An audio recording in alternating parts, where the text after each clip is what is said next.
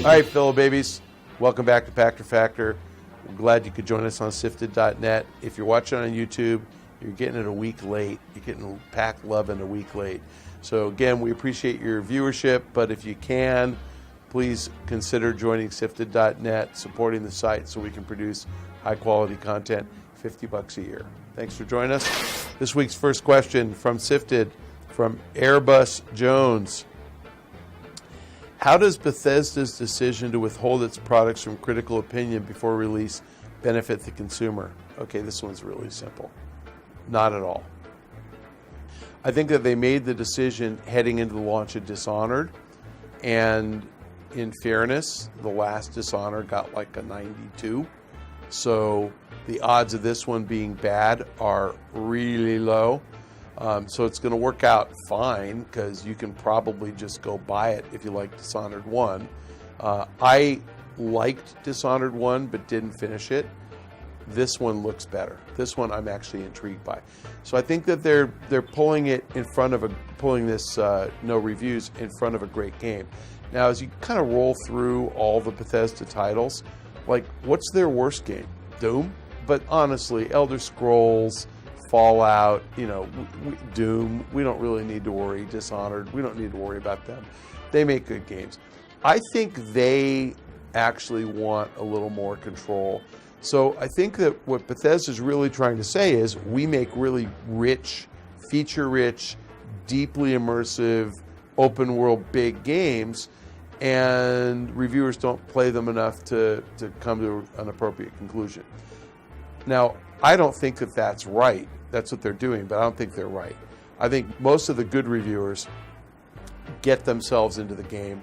They spend a minimum of 10 hours playing it. Nobody plays it for 10 minutes. I'd say a lot of guys spend 15 to 20 hours playing a game before they actually write the review. So, yeah, and I mean, it depends on the game. GTA, you can spend 40 hours playing the game. So the point is that, I think reviewers are conscientious by and large. The good ones for sure are.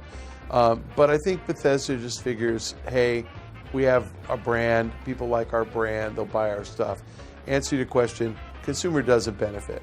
You are better off before you buy a product if you understand what that product is. And if you buy it sight unseen based on reputation, you don't know what you're getting. I mean, they might have fallen off. So, buying it sight unseen, shame on you.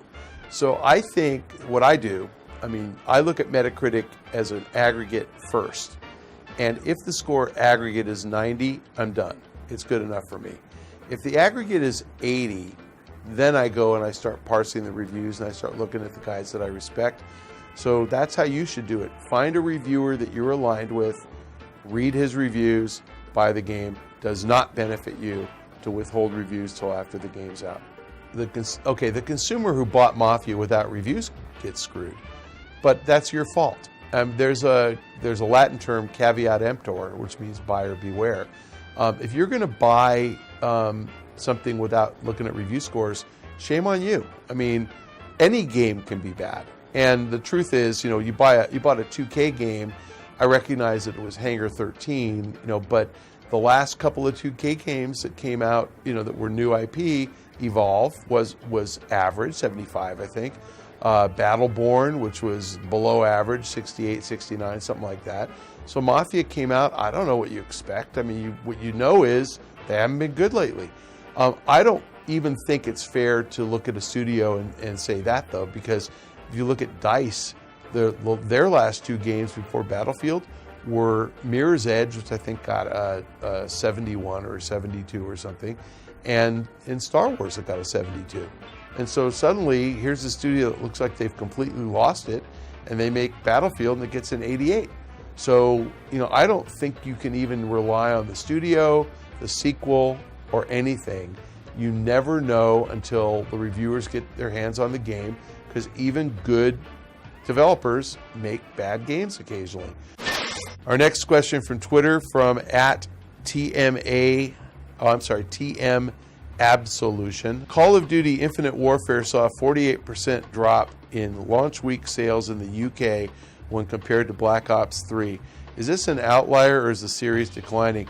It's like the UK gaming media, they're like tabloid. They're like sensational. Like, oh, first of all, who cares what the UK says about anything? Because it's like maybe 15% of game sales, more likely 10. So they don't matter at all. They're a rounding error.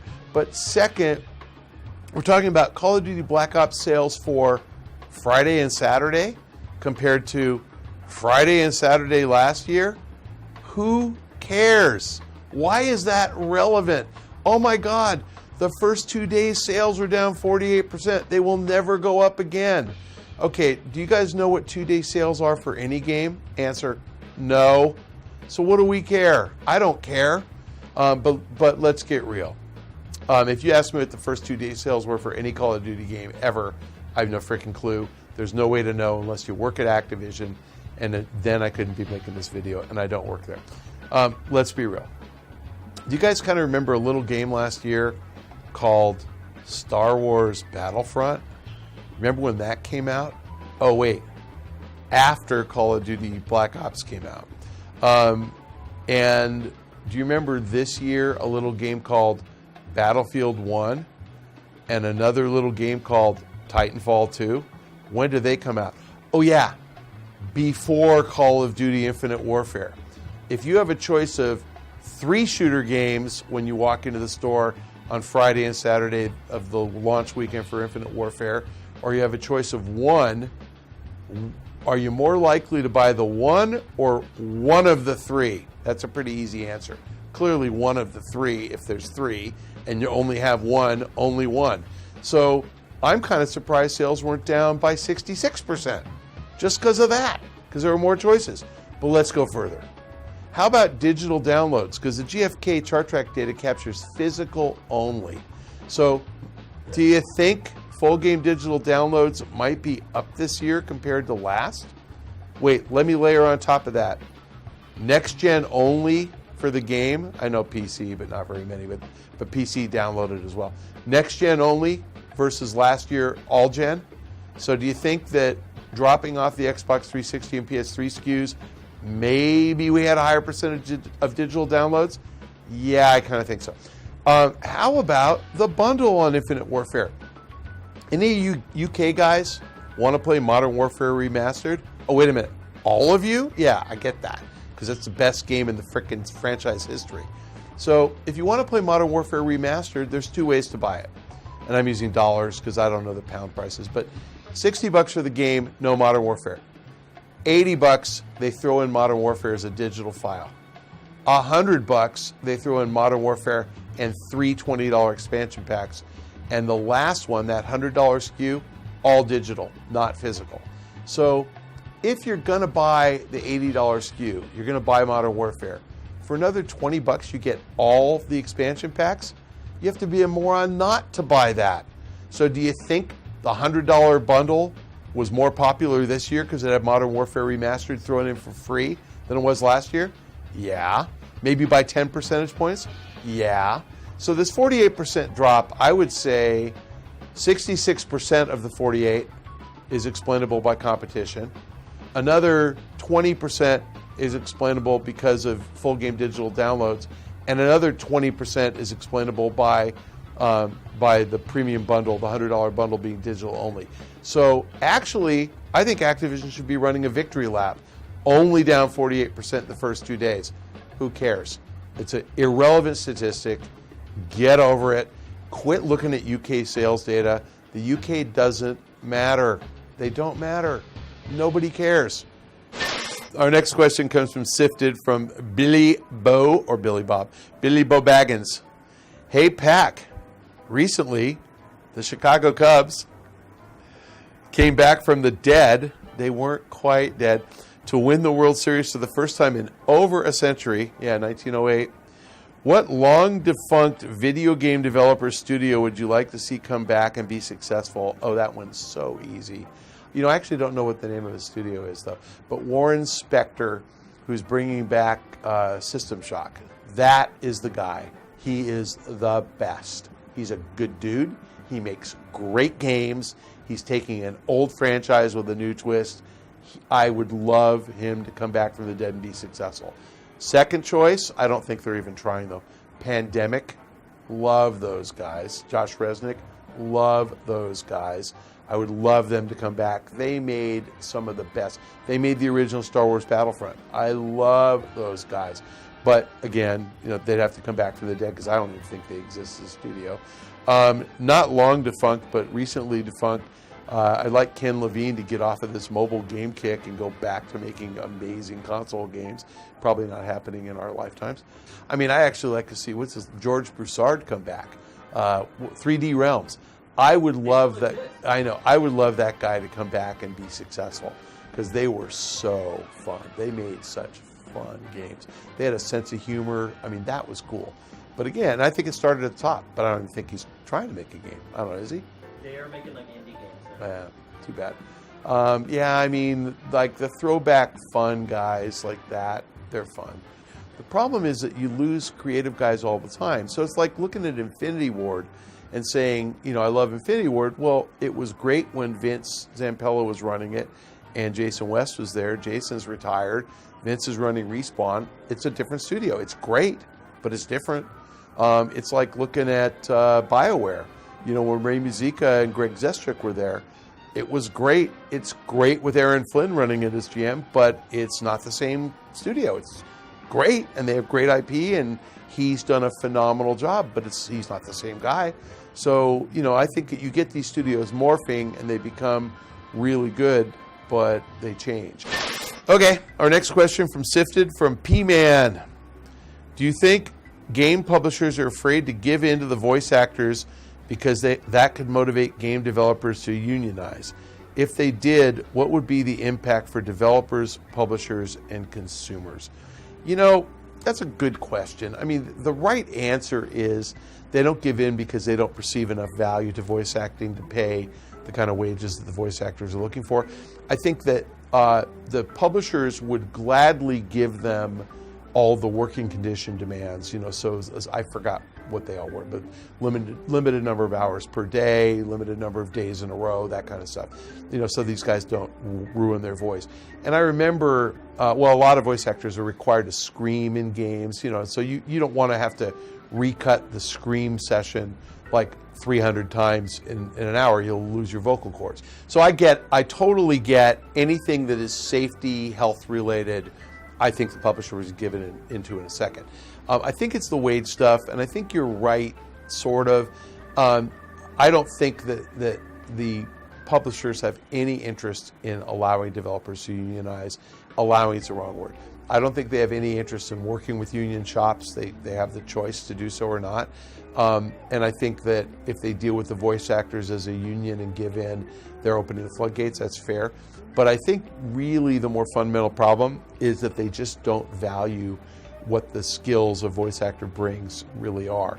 And interestingly, I'm one of those TV watchers that is a two-screen TV watcher. So I sit, in front of the TV with a tablet, and I look guys up all the time. A couple of weeks ago, I was watching The Walking Dead, and again, I just looked this guy up and I forgot his name, but this guy plays King whatever. He's the king with the tiger next to him in the second episode of the season of Walking Dead.